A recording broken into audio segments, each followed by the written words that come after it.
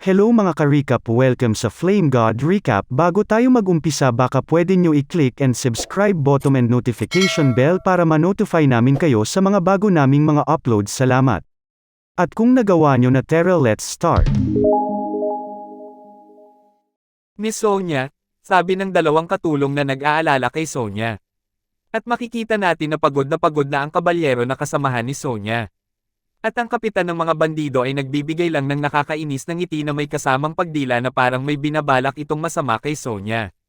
Mukhang sulit na maghintay ng higit sa isang buwan sa nakakagalit na bundoknan ito. Sabi ng kapitan ng mga bandido kay Sonia. Ang ganda mo, kagaya ng inilalarawan ng mga chismis, Sonia Aquarid. Sabi ulit ng kapitan ng mga bandido na parang nagbabalak na ng masama sa pagtitig pa lang nito kay Sonia. Isinilang bilang unang anak na babae ng prestihiyosong Night House, sinasabi nila na ikaw ay higit na may tall-inoa kaysa sa iba pang lalaking tagapagmana. Pagpupuri ng kapitan ng mga bandido kay Sonia. Ang aming mga escort knight ay nalipol, ang mga katulong at si Sir Luther na lang ang natitira. Pero matagal nang nagretiro si Sir Luther. Ang tanging taong kayang lumaban ay ako. Sa kabilang banda, higit sa 20 ang bilang nila at lahat sila ay may kasanayan. Ito ang worst case scenario, shit. Tuloy-tuloy na sabi ni Sonia sa pagtingin nito sa kanilang sitwasyon. I'm curious about something, nasaan ang escort na salamangkero ninyo? Tanong naman ng kapitan ng mga bandido kay Sonia. Anong klaseng kalokohan yan? Sabi ni Sonia sa kapitan ng mga bandido. Naniniwala ka ba na ang isang night house na may mahabang kasaysayan ay gagamit ng isang hamak na salamangkero bilang isang escort? Ang mga salamangkero ngayon ay puro mahihina. Sigaw na sabi ni Sonia. As I thought hindi kasali sa kanila yung lalaking nakialam sa mga tauhan ko. Sabi naman sa isip ng kapitan ng mga bandido. Isang multo, sobrang curious akong malaman kung anong klaseng tao siya. Sabi ng isipan ng kapitan tungkol kay Frey. Huwag kang mag-alala, hindi ka naming papatayin kaagad. Sabi ng kapitan kay Sonia. Anong ibig mong sabihin? Tanong ni Sonia. Ano sa tingin mo? Kailangan ba talagang ispell ito sa sitwasyong ito? Tanong ng kapitan ng mga bandido na nagbibigay ng ngiti na may masamang binabalak. Kaya napatahimik ng saglit si Sonia. Naisipan na ang mga tulad naming ay magkakaroon ng pagkakataon na makipaglaro sa isang marangal na babae.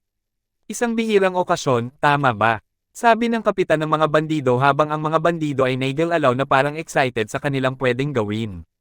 Bullshit, mas gugustuhin ko pang kagatin ang dila ko ngayon kaysa maging laruan ninyo. Sabi naman ni Sonia dahil sa sinabi ng kapitan ng bandido sa kanya. Oh well, hindi naman masyadong nagbabago. Kung mamatay ka, magpapatulong kami sa mga babaeng nasa likod mo. Sabi ng kapitan ng mga bandido kay Sonia kung magpapakamatay ito. At makikita naman sa mga mata ng dalawang katulong ni Sonia ang takot sa kanilang mga mukha.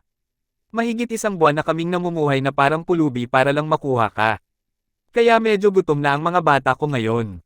Pagtutuloy ng kapitan ng mga bandido sa pagsasalita nito. Hindi namin sila papatayin ng mas maayos. Pananakot ng kapitan kay Sonia. Itong mga anak ng walang kwenta. Kaya't pinanatili nilang buhay ang mga iyon. Galit na sabi sa sarili ni Sonia. Hindi namin kalagkarin ang aming lady pababa. Sabi ng dalawang katulong kahit natatakot sila sa mga bandido. Isang karangalan ng mamatay para kay Lady Sonia. Sabi naman ni Sir Luther. Kaya napatingin naman rito si Sonia na parang naiintindihan na ang binabalak ni si Luther na kahit pagod na sa mahabang laban sa mga bandido ay gagawin pa rin niya. Kaya napabuntong hininga na lang si Sonia at wala na siyang nagawa kung iyon talaga ang tangi nilang pag-asa. Humihingi ako ng kapatawaran sa pagpapahirap sa inyo dahil sa kawalan ng kakayahan ng inyong Panginoon. Sabi ni Sonia na sinisisi ang kanyang sarili dahil sa kalagayan na meron sila ngayon. Nakakainis ang aming ginang. Lumaki kaming malusog sa tulong ng kagalang-galang na Aquarid House. Sabi ng dalawang katulong kay Sonia para palakasin ang loob nito at hindi sisihin ni Sonia ang sarili nito para sa kapahamakan na meron sila ngayon. Kaya tumahimik na lang si Sonia at naiintindihan na nito ang gustong mangyari ng dalawang katulong para hindi sila maging pabigat sa kanilang ginang. Nakikiusap kami sa iyo, aming ginang. Mangyaring tapusin ang aming buhay sa iyong mga kamay. Hindi karapat-dapat na makasamang muli ang aming ginang sa langit pagkatapos kaming maging laruan ng mga taong iyan. Sabi ulit ng dalawang katulong sa kanilang Lady Sonia para tapusin na sila bago pa sila mapaglaruan ng mga bandido dahil mas mabuti na daw na mamatay sila kaysa mapunta sa kamay ng mga bandidong iyon. Napakahusay. Hayaan nating itaas ang ating mga ulo at ang ating mga dibdib na may puno ng pagmamalaki sa ating muling pagsasama sa langit. Sabi naman ni Sonya na naiinis na dahil parang iyon na lang talaga ang kanilang tanging pwedeng magawa sa mga sitwasyon na ito. Oy! Oy! Oy! Teka lang. Ano ang sinasabi nila ngayon? Tanong sa takot ng kapitan ng mga bandido sa pagkakarinig sa mga usapan nila Sonya at ng mga katulong nito. Para sa karangalan ng dalawang dalaga. At para sa karangalan ng Aquarid House. Sigaw ni Sonya. At naghanda na ito tapusin ang buhay ng mga katulong nito bago pa sila mapaglaruan ng mga bandido. Ako si Sonya Aquarid. Ay buong pasasalamat na sasamahan kayo sa inyong bagong paglalakbay. Sabi ni Sonya habang ang mga katulong nito ay naghihintay na lang ng kanilang katapusan. Oy! Oy! Oy! Pigilan niyo siya. Pigilan niyo siya ng mabilisan. Utos ng kapitan sa mga tauhan nito. At makikita natin na noswing na si Sonya at kanyang espada patungo sa ulo ng mga katulong nito. Kaya nagulat ang mga bandido at ang kapitan ng mga ito sa ginawa ni Sonya. Kaya napaluha na lang si Sonya dahil sa lungkot na nararamdam nito dahil kailangan niyang bawiin ang buhay ng mga tapat nitong katulong para sa kanilang dignidad at dahan-dahan na binuksan ni Sonya ang mata nito at tinignan ang sinapit ng kanyang mga kasamahan at nagulat si Sonya sa nakita nito. At makikita natin na ligtas ang dalawang katulong ni Sonya at hindi man lang sila nagalusan. At nagulat rito si Sonya at ang kanyang espada ay nanakaw ng hindi niya namamalayan kaya napatingin ito sa mga bandido na may galit sa kanyang mga mata. Paanong ang isipin na ganito sila kagaling, ang Skull Axe Bandits? Sabi ni Sonya at pinaghihinalaan nito na ang mga bandido ang kumuha ng kanyang espada para pigilan siya sa kanilang gagawin. Sa huli, naranasan ko ang pinakamatinding kahihiyan para sa isang kabalyero. Sabi ni Sonya sa isipan nito dahil sa pagkakaagaw ng sandata nito sa kanyang kamay. Humihingi ako ng paumanhin dahil hindi ako nakapagbigay sa inyo ng marangal na kamatayan. Ako si Sonya Aquarid, ang panganay na anak ng Aquarid House, inuutusan kayong kagatin ang inyong sariling dila nang hindi na natapos ni Sonya ang sinasabi nito dahil sumigaw ang dalawang katulong nito. At napatingin naman rito si Sonya. Sa wakas at naihayag mo na ang iyong sarili. Ghost sabi ng kapitan ng mga bandido sa pagdating ni Frey. At nagulat naman rito si Sonya dahil katabi niya si Frey pero hindi nito namalayan. At makikita natin na kasama na din nila sila Isabel at yung lalaking ginawang human dart ng mga bandido na pinatay ni Frey. Kaya nagtataka sina Sonya, Sir Luther at ang dalawang katulong ni Sonya kung sino ba ang mga dumating kung kakampi ba sila or kalaban. May narinig akong chismis tungkol sa iyo. Mukhang inalagaan mong mabuti ang mga bata ko. Sabi ng kapitan ng mga bandido kay Frey tungkol sa pagtapos nito sa ikatlong playpen kung saan nila nasadyep ang lalaking ginawang human dart ng mga bandido. Ikaw ba ang leader? Tanong ni Frey sa kapitan ng mga bandido sabay abot ng espada ni Sonya sa kanya. Kaya medyo naguguluhan si Sonya sa mga nangyayari. Galing ka ba doon? Tanong naman ng kapitan ng mga bandido kay Frey sabay turo nito sa kabundukan. Diyan matatagpuan ang kampo naming. Anong ginawa mo sa mga tauhan ko? Tanong ng kapitan ng mga bandido kay Frey na may galit sa kanyang mukha. Alam mo sa sarili mo. Inalagaan ko sila ng mabuti. Sagot naman ni Frey sa tanong ng kapitan ng mga bandido. Kaya makikita natin sa mukha ng kapitan ng mga bandido ang matinding galit sa kanyang pagmumukha. Patayin niyo agad yung whitehead na yan. Hindi natin siya dapat mabigyan ng oras para mag-cast ng mahika. Utos ng kapitan sa mga tauhan nito. Ayon sa mga ulat, ang taong iyon ay dapat na isang battle mage. Pag-iisip ng mga bandido tungkol sa report na natanggap nila tungkol kay Frey. Kitang-kita ang lakas ng isang battle mage. Laban sa aming mga numero, siya ay hindi makakalaban. Sabi ng mga bandido tungkol kay Frey. Sabay cast ni Frey ng wind magic na tumapos sa mga bandido na sumugod sa kanyang ngunit na iwasan naman ito ng kapitan ng mga bandido sa pamamagitan ng pagharang nito gamit ang kanyang espada. Anong meron sa firepower na ito? Tanong ng kapitan ng mga bandido sa sarili nito habang nakikita natin na nanginginig ang kanyang sandata sa lakas ng atake ni Frey. At nagulat naman ulit ang kapitan ng mga bandido dahil umatake ulit si Frey sa ikalawang pagkakataon na tumama ulit sa ibang pang mga bandido. At makikita din natin sa panig nila Sonya at Isabel ay nagugulat sila sa mga nangyayari at madali lang tinatapos ni Frey ang mga bandido. Sino kayong mga tao? Ano ang iyong pakay? Tanong ni Sonya kay Isabel at Frey. At nagbigay lang si Isabel ng isang matamis na ngiti. Maaari kang magpahinga ng maluwag ngayon. Hindi kami kaaway. Sagot ni Isabel kay Sonya. Kahit konti ay may alam ako sa mga battle mages. In the end, salamangkero pa rin siya. Hindi siya maaaring magpatuloy sa pag-atake ng ganito ng matagal dahil may tiyak na cycle na may mahika ang mga spell. Tinitignan nagdami ng spells na ginagamit niya sa mga oras na ito siguro ako ang pinaka-target niya. Iyan ay ilang mga kahangahangang kasanayan, ngunit tila siya ay isang musclehead. Tingnan natin kung mahuhulog ba siya sa pagod o sa patalim ng mga tauhan ko habang inaatake niya ako. Tuloy-tuloy na sabi ng kapitan ng mga bandido sa pag-obserba nito kay Frey. Ano man ang mangyari, malapit nang lumipad ang iyong ulo. Sabi ng kapitan kay Frey na nagbibigay ng masamang ngiti dahil sa binabalak nito. At makikita natin na lumilipad ng tuloy-tuloy ang mga tauhan ng kapitan patungo sa kanya at nawawalan sila ng buhay. Wala pa akong narinig na ganito. Sabi ng kapitan ng mga bandido habang ito ay lumilipad palayo dahil sa pagtama ng atake ni Frey sa sandata nito na dahilan ng pagkaputol ng espada ng kapitan. At makikita natin ang bumagsak na sa sahig ang kapitan at halata na ang pagod sa kanya.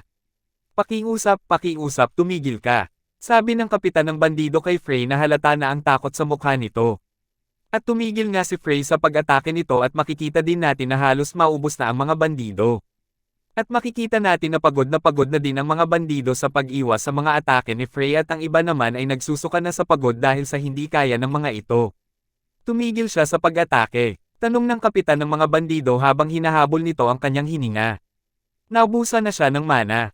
Kunin ninyo siya ngayon. Utos ng kapitan sa mga tauhan nito na may bilib sa kanyang sinabi na wala ng mana si Frey kaya ito tumigil sa atake nito.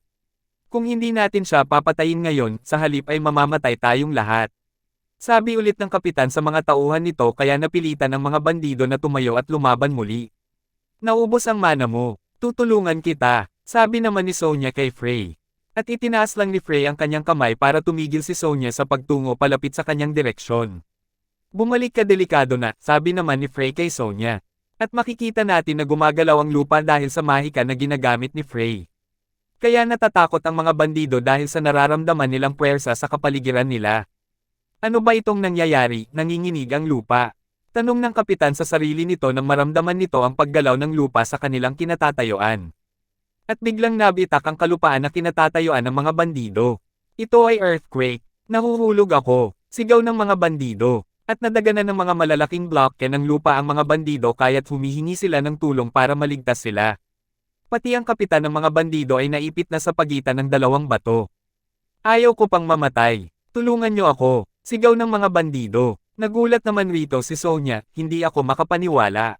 Sabi ni Sonya sa pagkakita nito sa mga nangyari sa mga bandido. Tinapos niya silang lahat, sabi ulit ni Sonya sa pagkahanga nito sa ginawa ni Frey. Ang isang lindol ay dapat na isang 5 bituin na spell ng mahika. Paano niya ito inihagis habang kaharap ang mga mersenaryong iyon? Tanong ni Sonya na halata ang pagkagulat nito sa mga naganap. Ang nakaraang pag-atake ay mga diversion lang upang bumili ng ilang oras para sa mga spell na ito. Sagot naman ni Isabel sa tanong ni Sonya sa kanya. Bumili ng oras, tanong ulit ni Sonya sa gulat nito. Ang bagyo ng mga palaso ng liwanag ay isang diversion lamang. Tanong ulit ni Sonya, hindi ko pa nakita or narinig ang mga ganoong kasanayan sa double casting. Sabi ni Sonya, ako din hindi ko pa din ito nakita o narinig. Hanggang sa nakilala ko siya. Sagot naman ni Isabel. At napatitig naman si Isabel kay Frey na may paghanga sa kanyang mukha. At napatingin din naman si Sonya kay Frey at humahanga na rin ito kay Frey. So, ito ay labanan ng isang salamangkero. Sabi ni Sonya sa pagkabilib nito. Ipinaabot ko ang aking taos-pusong pasasalamat sa iyong tulong. Ako si Sonya Aquarid ng Lua Noble Kingdom. Pagpapakilala ni Sonya at paghingi ng salamat sa tulong ng nabigay nila Frey. Ako si Frey Blake. Pagpapakilala lang ni Frey sa pangalan nito. Aquarid. Saan ko narinig ang pangalang iyon?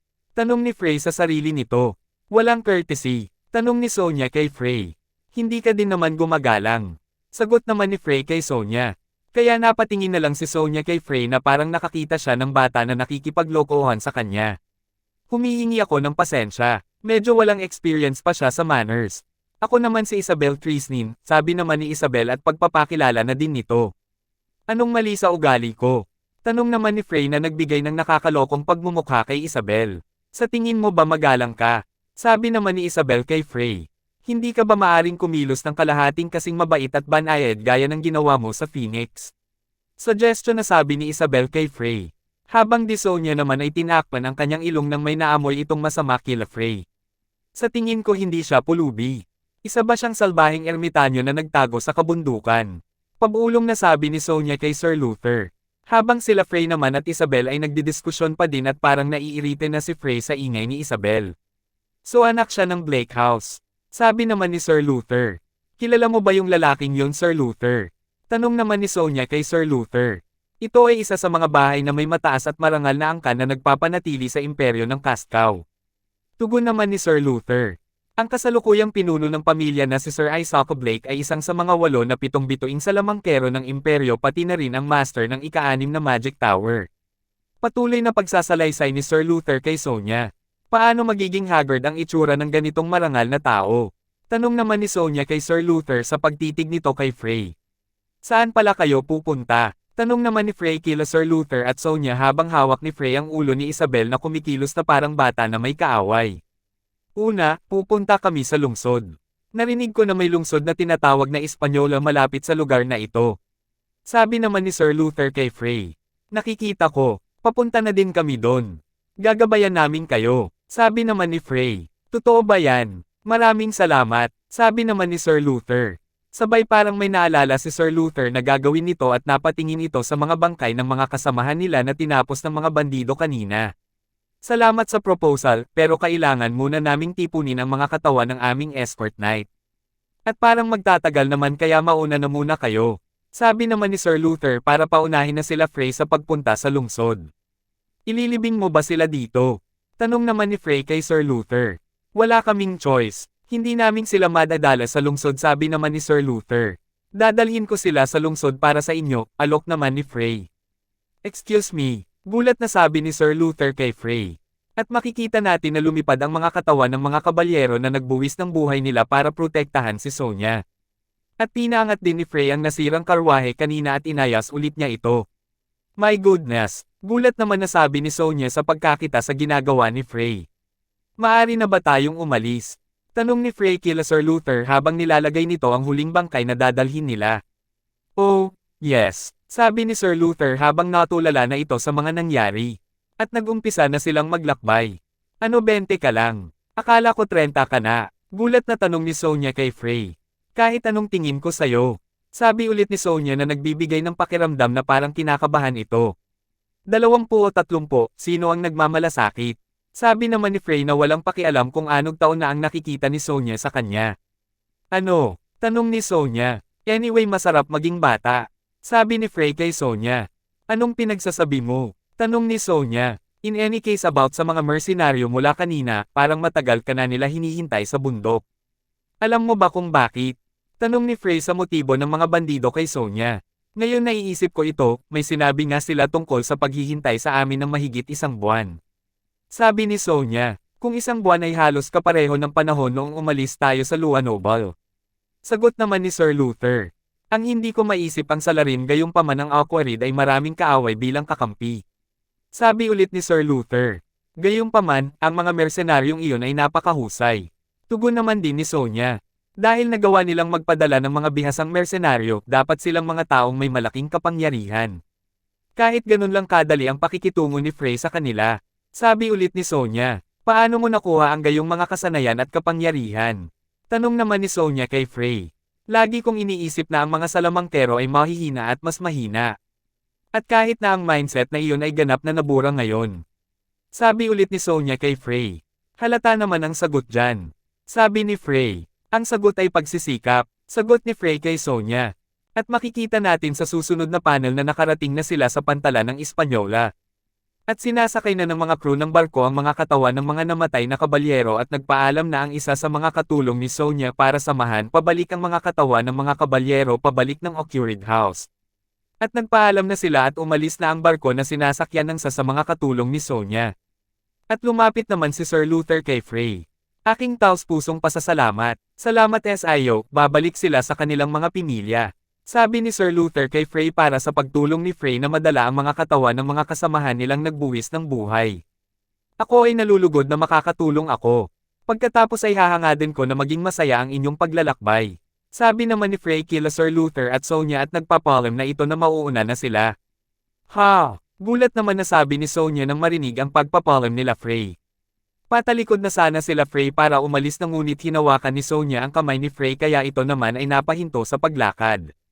At nagtataka naman si Frey bakit siya pinigilang umalis ni Sonya. Ibabalik ko ang pabor. Nahihiyang sabi ni Sonya kay Frey na namumula ang mga pisngi. Hindi na kailangan gawin iyon. Kailangan nating tulungan ang isa't isa para mabuhay at mag-survive. Tugon naman dito ni Frey. Pakiusap, mangyaring payagan kaming gawin ito. Kapag ganito ka na lang naming papaalisin, mawawala ng mukha ang Aquarid House. Sabi din naman ni Sir Luther kay Frey para pumayag na itong ibalik ang pabor na nagawa nila Frey para sa kanila. Kaya napakamot na lang ng ulo si Frey at kailangan pa pala niyang makatanggap ng pabor na hindi naman niya inaasahan. Kaya napatingin na lang si Frey kay Isabel para hingiin ang payo nito. Kaya ngumiti lang si Isabel na nagsisinyals na pagbigyan na ni Frey ang gusto nila Sonya at Sir Luther. Then bilhan niyo ako ng pagkain ngayong gabi. May alam akong lugar na nagbebenta ng napakasarap na sausage. Suggestion naman ni Frey para sa pabor na ibibigay nila Sonya at Luther. At dito na po muna ulit matatapos ang ating recap for today. Salamat sa inyong pagsubaybay. See sa next part.